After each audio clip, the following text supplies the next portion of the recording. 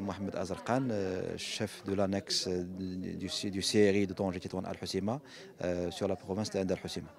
Donc, si on veut parler un petit peu de la dynamique de l'investissement à Al-Hoceima, il faut reconnaître d'abord qu'Al-Hoceima a bénéficié de deux plans Marshall, entre parenthèses. Le premier était après la reconstruction de la province d'Al-Hoceima.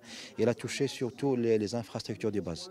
Je parle bien évidemment de la rocade de reliant Tanger, Saïdia via Al-Hoceima, et surtout de la voie express qui relie actuellement Al-Hoceima au réseau autoroutier à travers la province de Taza, donc sur quelques 142 kilomètres, donc qui a beaucoup amélioré les conditions de transport et les conditions d'accès au réseau routier.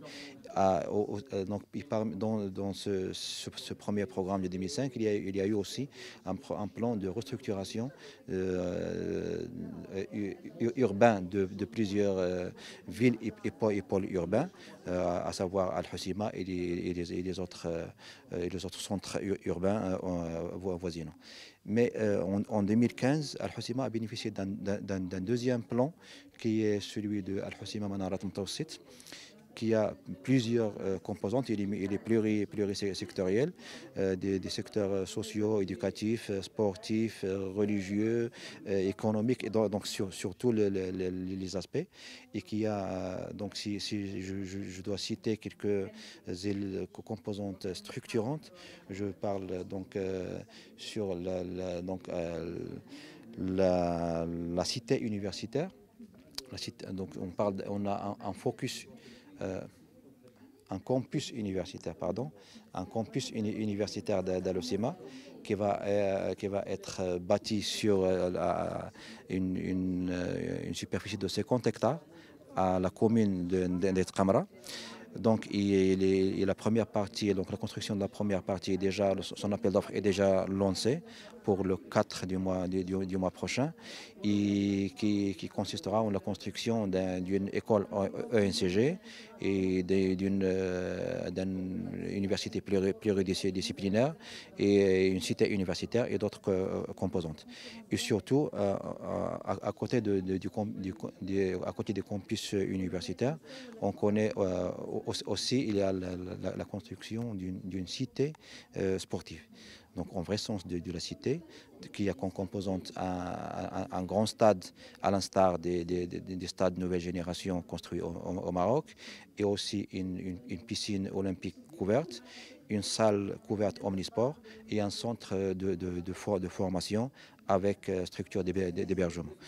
Aussi, donc, il faut citer d'autres composantes qui ont mettre en valeur le potentiel d'Al-Hoceima et aussi l'attractivité d'Al-Hoceima, surtout sur le plan touristique, qui a touché la valorisation du parc national par des éléments et des institutions ludiques et éducatifs à la fois. Je parle bien évidemment de l'écomusée de Bougibar, qui sera axé sur la démonstration de toute la richesse de la faune et flore du parti terrestre du parc national. Et d'autre part, on aura l'observatoire marin qui lui mettra en valeur la partie marine du parc national, qui est comme une des richesses naturelles de la région et du royaume. On aura aussi une institution ou donc un équipement très important qui viendra pour renforcer l'attractivité de la province, qui est celui du centre de la mer, qui comporte un aquarium. C'est le premier de son genre au Maroc, un aquarium avec 27 bassins, et qui fera aussi donc une attraction importante pour l'arrivée de touristes, surtout nationaux. En industrie, il a été dit, Al-Hoceima a un secteur industriel embryonnaire, jeune, mais il est très important par ces composantes qui ont eu lieu, qui ont pu s'implanter dans la région. Je parle bien évidemment, on a d'une composante agroalimentaire qui a plus d'histoire, qui date des années 80. On a une industrie très importante dans l'agroalimentaire, surtout dans le domaine de la biscuiterie et la pâtisserie. Donc ça, on a des usines d'Alocema qui exportent vers l'Europe, vers le Moyen-Orient, vers l'Afrique. Ils sont très, très connus. Mais dernièrement, on a connu l'implantation d'une industrie de nouvelle génération, et surtout dans le domaine des énergies renouvelables. Donc on a connu il y a 3 ans l'implantation de la première usine de fabrication de panneaux photovoltaïques par un groupe américain, et que elle aussi commence à exporter déjà vers l'Europe et l'Afrique, sans oublier aussi l'apport de quelques investisseurs qui sont venus de Tanger pour s'implanter à l'Ocema, surtout dans le secteur du textile et habillement. Donc on a précisément deux usines déjà installées à Etramara, qui offrent déjà quelques 400 emplois entre les deux. Et on a aussi d'autres investisseurs qui ont sollicité le terrain à la même zone pour s'installer, et leurs dossiers sont donc en cours d'instruction. Il y a aussi donc un des secteurs importants sur Alocema. Comme j'ai dit, depuis 2005, on a une grande dynamique de développement urbain. Il y a des unités industrielles spécialisées dans la fabrication de matériaux de construction et tout ce qui est matériaux liés au BTP en général. Donc c'est un secteur très actif et très dynamique, et qui crée lui aussi de la richesse et de l'emploi à la province d'Alocema. Quels sont ces freins et obstacles aujourd'hui pour les investisseurs? Est-ce que vous faites concrètement pour attirer plus d'investisseurs, qui soient nationaux ou internationaux, vers El Hoceima? Si vous voulez, pour continuer un petit peu sur la première question, je dois mettre l'accent sur un secteur très, très important qui est celui de l'offshoring. On a eu dernièrement, donc les dernières années aussi, l'implantation de 2 unités très importantes, d'un opérateur américain et d'un autre opérateur français, qui offre entre les deux quelques 600 emplois, et qui est très dynamique, et qui met en valeur la richesse des ressources humaines locales, et on compte sur ce secteur aussi pour faire ressortir et positionner Alocema comme une zone d'investissement dans ce domaine. Donc, bien évidemment, à Alocema, donc il y a plusieurs contraintes et freins. Donc, on est conscient de ces freins. Et le premier frein, il est lié à la nature des infrastructures routières et portuaires. Donc, on n'a pas les mêmes atouts, les mêmes infrastructures qu'à des pôles industriels marocains comme Casa, comme Tanger, comme Agadir, etc. Mais on fait avec les moyens de bord.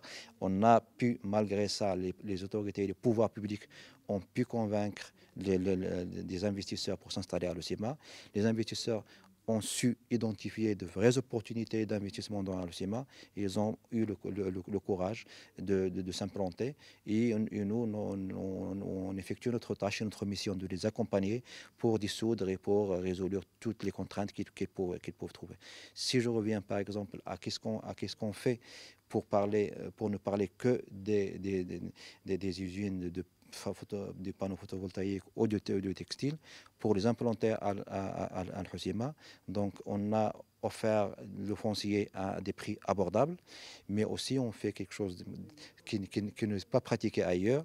Si jusqu'à présent, les autorités publiques, on prend en charge le transport du personnel, avec des bus de l'NDH, avec des moyens publics. Donc c'est un accompagnement. On sait qu'avec leurs propres moyens, ils seront moins compétitifs.